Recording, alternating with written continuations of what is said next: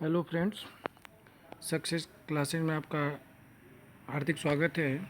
और देखिए, बाल विकास एवं शिक्षण विज्ञान के बहुत ही महत्वपूर्ण प्रश्न प्रतिदिन 30 क्वेश्चन लेके आपके सामने प्रस्तुत होऊंगा।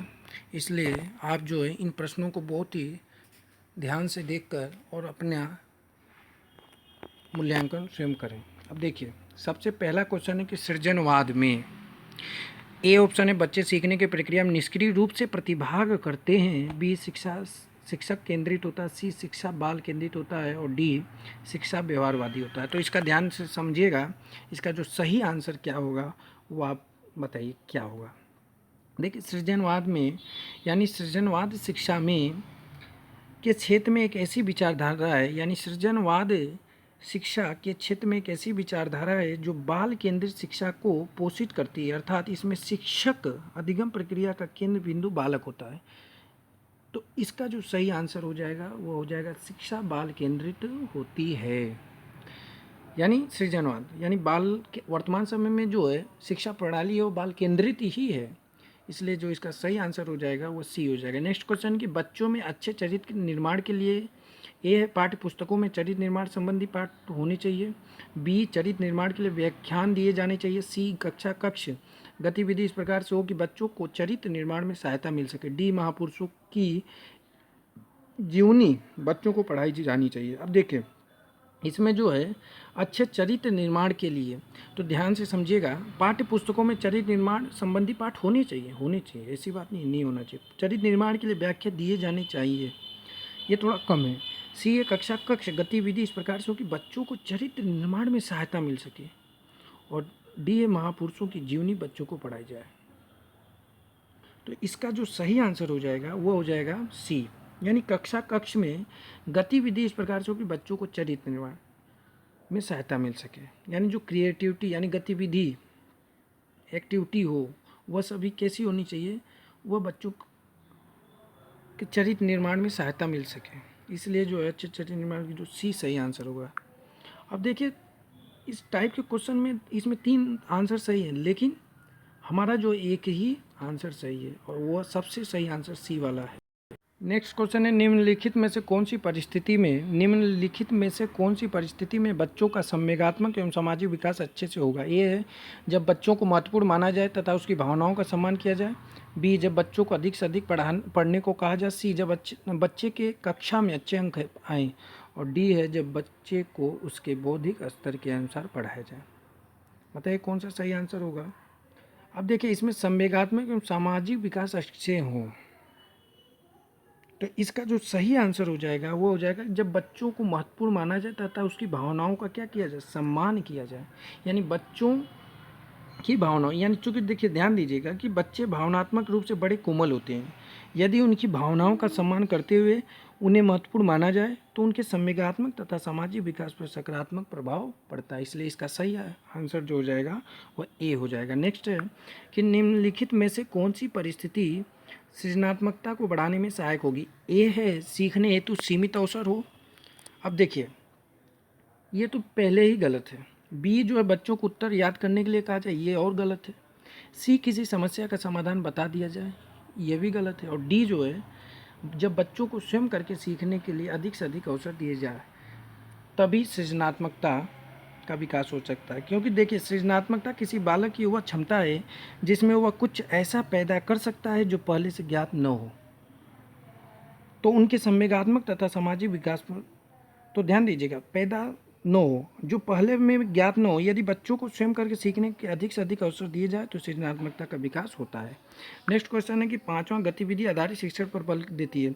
ए है सभी विद्यार्थियों की सक्रिय भागीदारी, बी निश्चित अवधि में गतिविधि पूरा करने, सी खेलने और डी अनुशासित करने।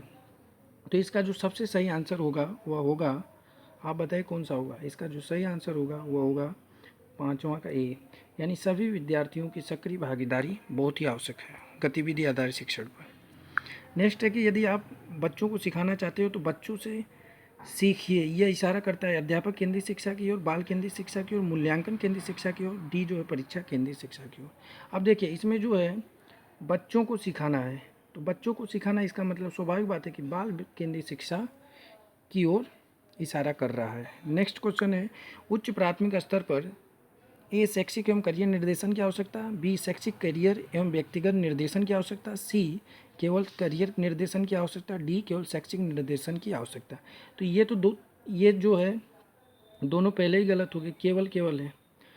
अब ये भी सही है, ये भी सही, लेकिन इसमें बी वाला कह रहा है शैक्षिक और कैरियर एवं व्यक्तिगत तीनों से संबंधित होने निर्देश की आवश्यकता होती है उच्च प्राथमिक स्तर पर, क्योंकि कैरियर उसको क्या करना है, कैसे शिक्षा संबंधित, और व्यक्तिगत कभी कभी मतलब व्यक्तिगत उनकी समस्याओं का भी समाधान करना चाहिए, इसलिए इसका जो सही आंसर होगा बी होगा। नेक्स्ट क्वेश्चन है कि बच्चों में नैतिक मूल्यों को विकसित करने का सर्वाधिक उचित तरीका है, ए प्रातःकालीन सभा में बच्चों को नैतिक उपदेश देना, बी विद्यार्थियों के सामने एक परिस्थिति रखना और उस पर निर्णय लेने के लिए कहना, सी शिक्षक को एवं बड़ों द्वारा नैतिक मूल्यों को प्रदर्शित करना, डी विद्यार्थियों को नैतिकता और अनैतिकता के बीच अंतर करना सिखाना। तो इसका जो सही आंसर होगा वो बताइए कौन सा होगा।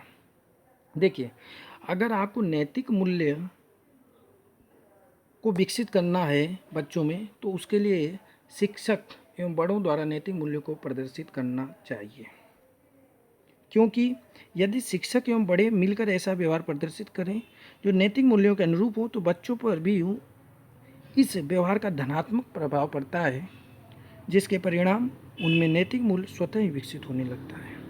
नेक्स्ट क्वेश्चन है कि कक्षा में 5 शारीरिक विकलांग बच्चे हैं, ये खेल के कालांश में उन्हें एक कोने में बैठाना चाहिए ताकि वे खेल का आनंद ले सकें, बी अन्य बच्चों के साथ उचित खेलों में हिस्सा लेने के लिए प्रोत्साहित करना चाहिए, सी केवल आंतरिक खेलों में हिस्सा लेने के लिए अनुमति देनी चाहिए, डी कक्षा के सभी विद्यार्थियों के साथ खेलने के लिए जोर डालना चाहिए। अगर शारीरिक विकलांग हो या कोई भी हो, वर्तमान समय में समावेशी शिक्षा है जिसमें सभी बालकों को सामूहिक रूप से पढ़ाना, सामूहिक रूप से गतिविधियां कराना, सामूहिक रूप से अन्य क्रियाकलाप कराना, इसलिए जो है उन बच्चों को भी अन्य बच्चों के साथ उचित खेलों में हिस्सा लेने के लिए प्रोत्साहित करना चाहिए। ये इम्पोर्टेंट बात है। नेक्स्ट क्वेश्चन है कि जीन पियाजे के अनुसार अनुकूलन द्वारा होता है, ए आत्मसातकरण, बी व्यवस्थापन, सी अनुभव, डी आत्मसातकरण तथा व्यवस्थापन। तो इसमें ध्यान से समझिएगा। देखिए, पियाजे का जो विचार था कि बच्चा जन्म से ही वातावरण की अनिश्चितता को दूर करने के लिए अनुकूलन करता है, और यह अनुकूलन आत्मसातकरण तथा व्यवस्थापन द्वारा होता है। यानी इसमें या तो उसके अनुसार ढल जाता है या उसको अपने अनुसार डाल देता है, इसलिए इसका जो सही आंसर होगा वह होगा आत्मसातकरण तथा व्यवस्थापन। नेक्स्ट क्वेश्चन है, परामर्श में सम्मिलित नहीं है, बच्चों को धैर्यपूर्वक सुनना, बच्चों से मित्रतापूर्वक बातचीत करना, सी बच्चों के दृष्टिकोण को समझना, डी बच्चों को अनुशासन में रखना। तो सम्मिलित नहीं है, तो इसका जो सही आंसर होगा आप बताइए कौन सा होगा।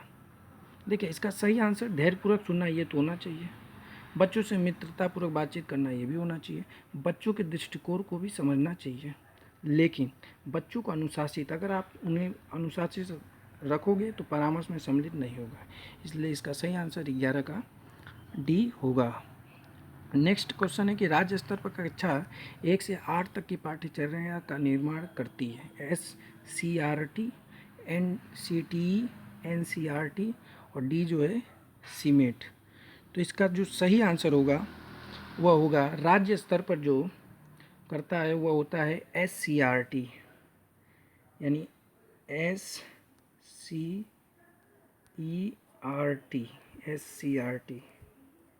जबकि SCRT करती, जबकि NCRT जो है कि केंद्रीय यानी CBSE स्कूलों में करती है NCRT। और नेक्स्ट क्वेश्चन है कि मध्याह्न भोजन के दौरान उच्च जाति के विद्यार्थी निम्न जाति के विद्यार्थियों के साथ एक पंक्ति में भोजन करने से इनकार करते हैं, क्या आप करेंगे? आप पृथक बैठक व्यवस्था करने हेतु सहमत हो जाएंगे, आप उच्चाधिकारी से निर्देशन प्राप्त करेंगे, सी आप विद्यार्थियों को एक साथ बैठकर भोजन करने के लिए सहमत कर लेंगे, आप विद्यालय में मध्याह्न भोजन पकाना बंद कर देंगे। देखिए, जो स्कूलों में जो है जाति पाति नहीं देखी जाती, उसमें सभी लोगों को एक साथ पढ़ाना, एक साथ लिखाना, एक साथ भोजन कराना, ये सब व्यवस्था होती है, इसलिए इसका जो सही आंसर होना चाहिए वह होगा आप विद्यार्थियों को एक साथ बैठकर भोजन करने के लिए सहमत कर लेंगे, यानी उनको समझाएंगे। तो इसलिए इसका जो सही आंसर हो जाएगा वो सी हो जाएगा। अब भोजन पकाना बंद कर देंगे, ये अपने हाथ में नहीं है। ये तो सरकार के माध्यम से हर स्कूल में भोजन कराया जाता है। ये भी नहीं हो सकता कि उन्हें अलग अलग बैठाएं, उससे तो और जातिवाद होगा। इसलिए जो इसका सही आंसर सी होगा। नेक्स्ट क्वेश्चन है कि विज्ञान में मोनिका की प्राप्ति अच्छी है किंतु गणित में खराब है, इसका प्रमुख संभाव्य कारण हो सकता है। ए, बालिकाएं प्राय गणित में कमजोर होती है। बी, मोनिका के माता पिता अशिक्षित हैं। सी, गणित शिक्षण प्रभावी नहीं है। डी, गणित कठिन विषय। देखिए इस बहुत ही बढ़िया क्वेश्चन है। देखिए ये जो ए वाला ऑप्शन करा कि बालक प्राय गणित में कमजोर होती है, ये तो पूर्वाग्रह है। यानी पूर्वाग्रह का मतलब ये होता है कि पहले से ही धारणा बना ली जाती है कि बालिकाएं या जो गणित पढ़ने में कमज़ोर होती है। ये तो बिल्कुल ही गलत है। बी, ये मोनिका के माता पिता अशिक्षित हैं, ये और गलत है। अशिक्षित हो या शिक्षित तो उससे मतलब नहीं, उसका तो वो तो उसके बुद्धि पर डिपेंड करेगा। सी, गणित शिक्षण प्रभावी नहीं है, इसका मतलब वह जो गणित शिक्षण प्रभावी नहीं है, अगर गणित शिक्षण प्रभावी होता तो वह गलत है। गणित कठिन विषय, कोई कठिन विषय नहीं है। अगर गणित शिक्षण प्रभावी है तो गणित सरल हो जाती है, इसलिए इसका सही आंसर सी होगा। नेक्स्ट क्वेश्चन है कि एक शिक्षक की नियुक्ति सुदूर गांव में की जाती है जहां पर ग्रामवासी अशिक्षित हैं तथा विद्यालय भवन एवं पेयजल के अभाव है। गांव में कार्य करने में सबसे बड़ी बाधा है। ए, विद्यालय भवन का अभाव। बी, अशिक्षित माता पिता। सी, समस्या समाधान हेतु प्रेरणा का अभाव। डी, पेयजल सुविधा का अभाव। अब इसका जो सही आंसर होगा बताइए क्या होगा। कि एक शिक्षक की नियुक्ति सुदूर गांव में की जाती है जहां पर ग्रामवासी अशिक्षित हैं तथा विद्यालय भवन एवं पेयजल के अभाव है। गांव में कार्य करने में सबसे बड़ी बाधा है, तो इसका सबसे बड़ी बाधा है समस्या समाधान हेतु प्रेरणा का अभाव, क्योंकि वो पहली बार आई है तो उसको मोटिवेट करना चाहिए। नेक्स्ट है कोलवर के अनुसार सही और गलत प्रश्न के बारे में निर्णय लेने में शामिल चिंतन प्रक्रिया को कहा जाता है। नैतिक दुविधा, नैतिक तर्कणा, सहयोग की नैतिकता, नैतिक यथार्थवाद। तो इसका जो सही आंसर होगा वह होगा नैतिक तर्कणा। क्या होगा? नैतिक तर्कणा। देखिए क्यों होगा, क्योंकि कोहलवर के अनुसार नैतिक तर्कणा सही और गलत प्रश्नों के बारे में निर्णय लेने में शामिल एक चिंतन प्रक्रिया है, इसलिए इसका जो सही आंसर हो जाएगा वो सी हो जाएगा। 17 नंबर का क्वेश्चन है कि सतत एवं व्यापक मूल्यांकन के अंतर्गत वाक्यांश व्यापक मूल्यांकन इंगित करता है। समस्त पाठ्यक्रम का मूल्यांकन, सभी विषयों का मूल्यांकन। सी, संज्ञानात्मक क्षेत्र, भावनात्मक क्षेत्र, मनोगत्यात्मक क्षेत्र का मूल्यांकन। और डी है संज्ञानात्मक क्षेत्र का मूल्यांकन। अब बताइए इसका सही आंसर क्या होगा। देखिए इसका जो सही आंसर होगा सीसी में व्यापक मूल्यांकन इंगित करता है। व्यापक मूल्यांकन जो है संज्ञानात्मक, भावनात्मक एवं मनोगत्यात्मक अर्थात क्रियात्मक क्षेत्रों का मूल्यांकन, सभी शैक्षिक एवं शैक्षणिक गतिविधियों का मूल्यांकन करता है, इसलिए सी, ये जो इसका जो सही आंसर हो जाएगा वह हो जाएगा सी। क्वेश्चन है कि विद्यार्थी द्वारा गणित की कक्षा में सीखी गई अवधारणा का उपयोग भूगोल की कक्षा में किया जाता है। यह उदाहरण है। ऑप्शन है सकारात्मक अंतरण का, बी है नकारात्मक अंतरण का, और सी है शून्य अंतरण का, और डी है इनमें से कोई नहीं। तो ध्यान से समझिएगा, विद्यार्थी द्वारा गणित की कक्षा में सीखी गई अवधारणा का उपयोग भूगोल की कक्षा में यानी एक विषय से दूसरे विषय में किया जा रहा है, तो इसलिए इसका जो सही आंसर हो जाएगा वो धनात्मक होगा। अगर ये भूगोल की कक्षा में अवरोध उत्पन्न करता तो ये नकारात्मक अंतरण होता, अगर कुछ भी नहीं करता तो शून्य अंतरण हो जाता। नेक्स्ट क्वेश्चन है किशोरों के संदर्भ में निम्नलिखित में से कौन सा कथन सर्वाधिक उचित है। ए है चिंतन का मूर्त क्रियाओं प्रदर्शित होना। बी, बुद्धि लब्धांग में अकस्मात वृद्धि। सी, संवेगात्मक प्रोत्थान की घटना बढ़ जाती है। डी, पढ़ाई के प्रति लापरवाह रवैया। अब बताइए इसका सही आंसर क्या होगा। देखिए इसका सही आंसर जो हो जाएगा, इनकी जो संवेगात्मक प्रोत्थान की घटना बढ़ जाती है, यानी ये जो है ना बहुत ही चंचल होते हैं, बहुत ही कुछ भी कर सकते हैं, ये तूफानी काल है। यानी स्टैनली हॉल ने कहा है कि तूफानी काल है किशोरावस्था, इसलिए जो है थोड़ा सा इनका जो संवेग जो है प्रोत्थान की घटना बढ़ जाती है, इसलिए ये जो है सी सही होगा। बुद्धि लब्धना अकस्मात वृद्धि नहीं होती, वो तो धीरे धीरे होती है। नेक्स्ट की व्यक्तित्व विकास में एक महत्वपूर्ण भूमिका का निर्वाह करता है। ए, आनुवांशिकता, वातावरण का मिश्रण। बी, परीक्षाओं की संख्या। सी, आनुवांशिकता। डी, वातावरण। तो इसका जो सही आंसर हो जाएगा वो हो जाएगा ए, यानी आनुवंशिक एवं वातावरण दोनों ही प्रभावित करते हैं व्यक्तित्व विकास में। नेक्स्ट है कि शिक्षक की सबसे मुख्य जिम्मेदारी है ए कठोर अनुशासन बनाए रखना, बी विद्यार्थियों को विभिन्न अधिगम शैलियों के अनुसार सीखने के मौके उपलब्ध कराना, सी पाठ्य योजना तैयार करना और उसके अनुसार पढ़ाना, डी यथासंभव क्रियाकलापों का आयोजन करना। तो इसका बताइए सही आंसर क्या होगा। इसका जो सही आंसर होगा वो होगा बी होगा, यानी विद्यार्थियों के विभिन्न अधिगम शैलियों के अनुसार सीखने के मौके उपलब्ध कराना चाहिए हमें। नेक्स्ट है कि विचार न केवल भाषा को निर्धारित करते हैं बल्कि उसे आगे भी बढ़ाती है। यह विचार द्वारा रखा गया। ए है वाइगोस्की, बी है पावलोव, सी है जीन पियाजे, डी है कोहलबर्ग। तो बताइए कौन सा सही आंसर है। तो ध्यान से समझिएगा, भाषा को निर्धारित करते हैं बल्कि उसे आगे भी बढ़ाते हैं। इसका जो सही आंसर होगा वो बताइए कौन सा होगा। इसका जो सही आंसर होगा बताइए। इसका जो सही आंसर होगा वो होगा जीन पियाजे, यानी जीन पियाजे ने कहा था ये विचार। नेक्स्ट है कि कक्षा में प्रभावी अनुशासन बनाए रखने के लिए शिक्षक को चाहिए कि वो विद्यार्थी जो करना चाहता है वो करने दें। बी है विद्यार्थियों को कड़ाई से व्यवहार करें, सी विद्यार्थी को समस्या हल करने के लिए दें, और डी है बी और सी। तो इसका बताइए सही आंसर क्या होगा। इसका जो सही आंसर होगा विद्यार्थियों को कुछ समस्या हल करने के लिए दें जिससे वो अनुशासित बना रहेगा। नेक्स्ट है कि सामान्य विद्यार्थियों के साथ यदि आपको एक नेत्रवादी विद्यार्थी को पढ़ाने का अवसर प्राप्त हो तब आप उससे कक्षा में किस प्रकार व्यवहार करना चाहेंगे। ए उस पर अत्यधिक ध्यान नहीं देंगे क्योंकि इससे अधिकांश बच्चों को पढ़ाई में बाधा पहुंचती है, ये तो बिल्कुल ही गलत।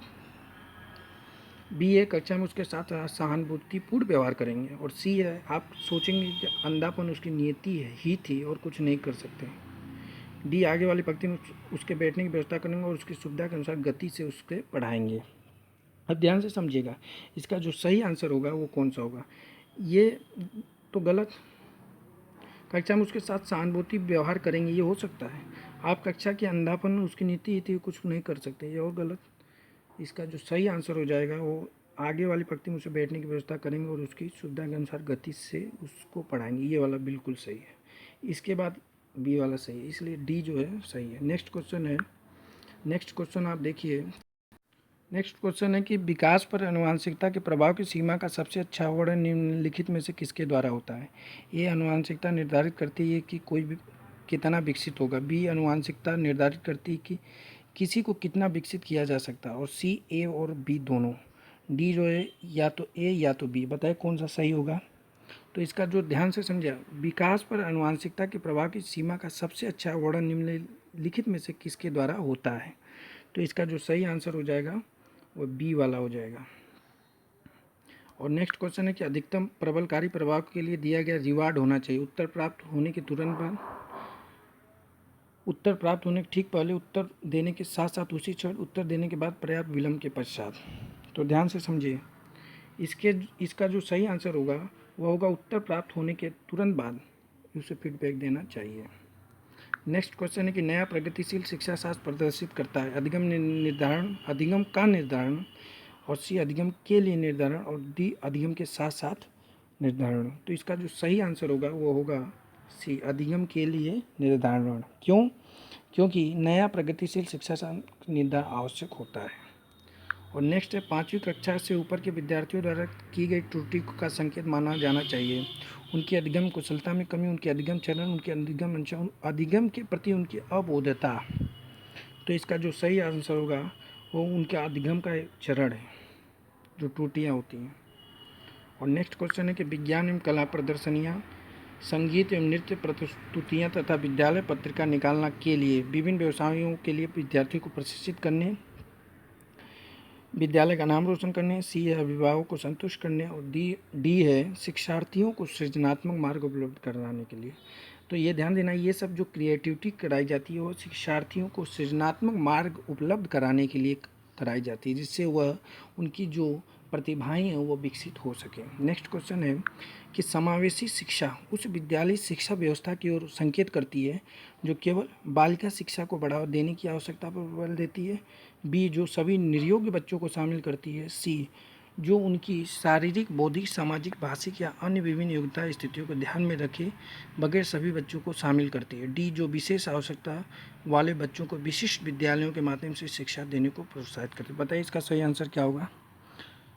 तो इसका देखिए सही आंसर होगा सी जो उनकी शारीरिक, बौद्धिक, सामाजिक, भाषिक या अन्य विभिन्न योग्यताओं स्थितियों को ध्यान में रखे बगैर सभी बच्चों को शामिल करती है। तो इस तरह से साइकोलॉजी के 30 महत्वपूर्ण क्वेश्चन सॉल्व हम लोगों ने किया।